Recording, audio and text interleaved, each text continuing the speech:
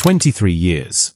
That's how long I've been a mechanic, and in 23 years, I have never seen buyers make a bigger mistake than the one happening on car lots right now. There are 5 trucks. I mean 5 high-mileage trucks sitting in the back rows of dealerships across this country, covered in dust, marked down, completely ignored, and every single one of them will still be running strong past 300,000 miles when the shiny new truck next to it is dead in a junkyard. Nobody is talking about these trucks. Nobody. And that silence is exactly why you can still buy one under $10,000, even with high miles already on the clock. Stick with me, because number 1 on this list might be the single most bulletproof high-mileage truck ever built. And I promise you, you've probably driven right past it 100 times without knowing what it really was. Number 5, the GMC Sonoma, built from 1994 to 2004. And this one is going to make a lot of you angry once I explain it, because most of you have walked right past this truck 100 times without knowing what you were looking at. It is mechanically identical to the Chevy S10. Same frame, same 4.3-liter Vortec V6, same transmissions, same parts bin. The only difference is the badge on the tailgate, and that one badge alone knocks thousands off the asking price, because buyers assume GMC means something rarer or more expensive to fix. It doesn't. I had a retired veteran walk into my shop last year. He had $6,000 saved and wanted something simple he could drive to fishing trips without worrying. I pointed him to a 1999 GMC Sonoma with 189,000 miles, extended cab, automatic, listed at $4,800. 3 years later, he's at 231,000 miles. Total repairs, a water pump and 1 set of spark plugs. Here's why that engine refuses to die. The 4.3-liter Vortec V6 is literally a small block Chevy V8 with 2 cylinders removed. Same bulletproof engineering GM has been using since the 1960s. No turbo. No direct injection. Timing chain. Not a belt. I've personally seen these hit 280,000 miles on the original engine internals. Right now, a clean high-mileage Sonoma is selling for $3,500 to $6,500. Thousands less than an identical Chevy S10 sitting on the same lot.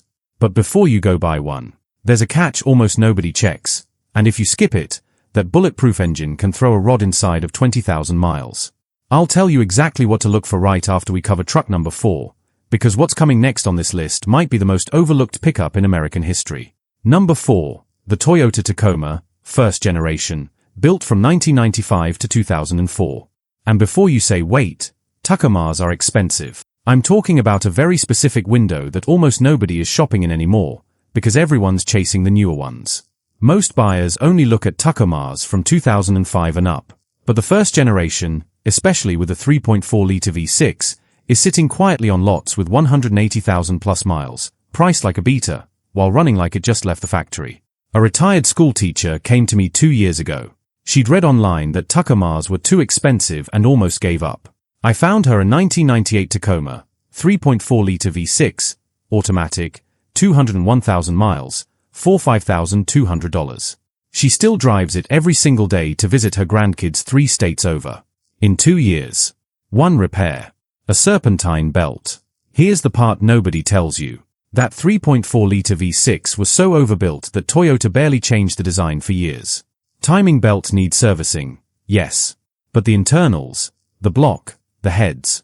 Mechanics like me see these things outlast the frame around them. Speaking of the frame, that's the twist coming up, and it's the single most important thing you need to check before buying one of these, because it's the one issue that can turn a $5,000 truck into scrap metal overnight.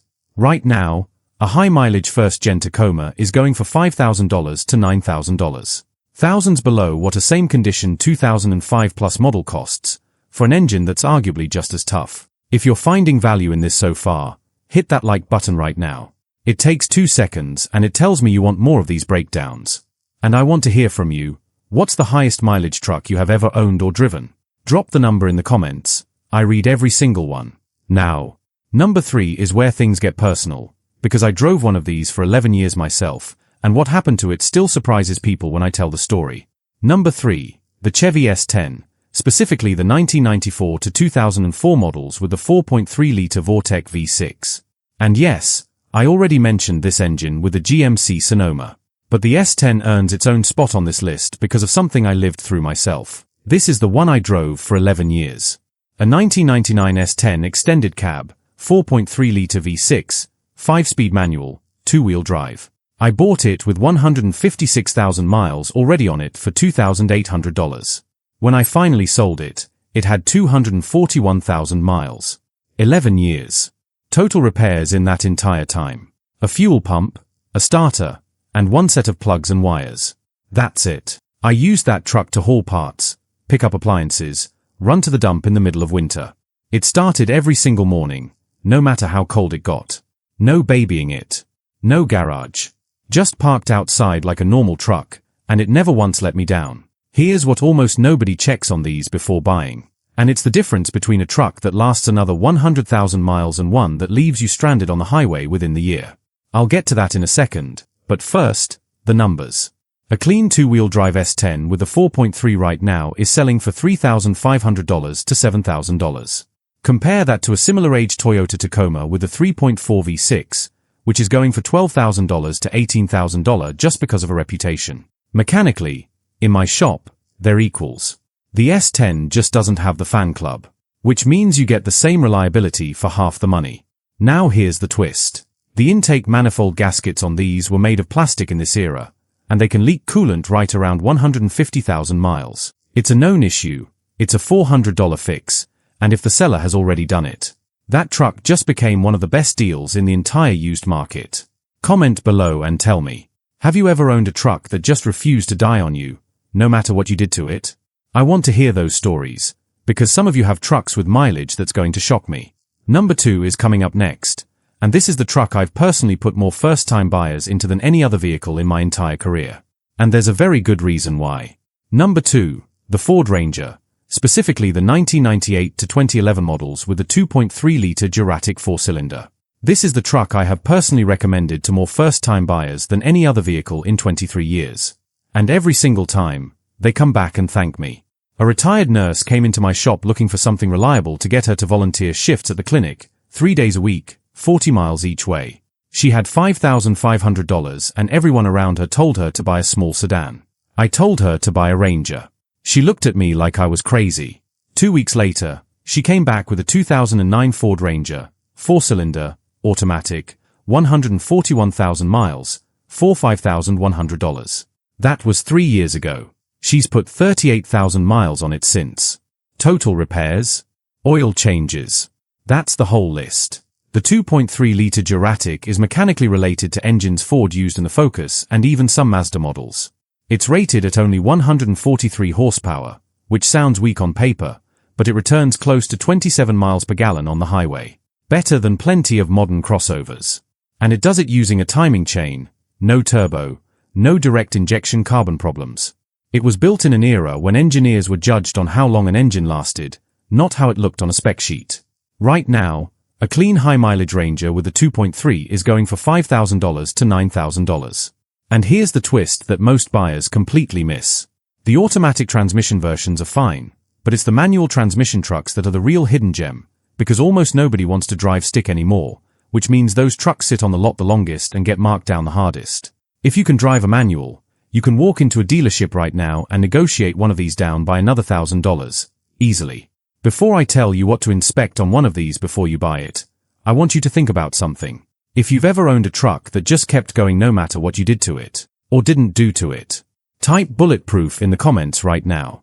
I want to see how many of you have lived through exactly what I'm describing. Now, number 1. This is the truck I would buy tomorrow if I needed something to last me the next 15 years without a single major repair, and I promise you, almost none of you have ever considered it. Number 1. The Nissan Frontier, 2nd generation, built from 2005 to 2019, specifically with the VQ40D 4.0-liter V6. And I meant what I said. If I needed a truck to last me the next 15 years with the least amount of drama possible, this is the one I would drive off the lot tomorrow. Almost nobody talks about this truck because Nissan barely advertised it for 14 straight model years.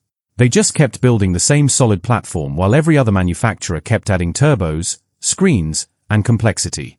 And that's exactly why it's still standing.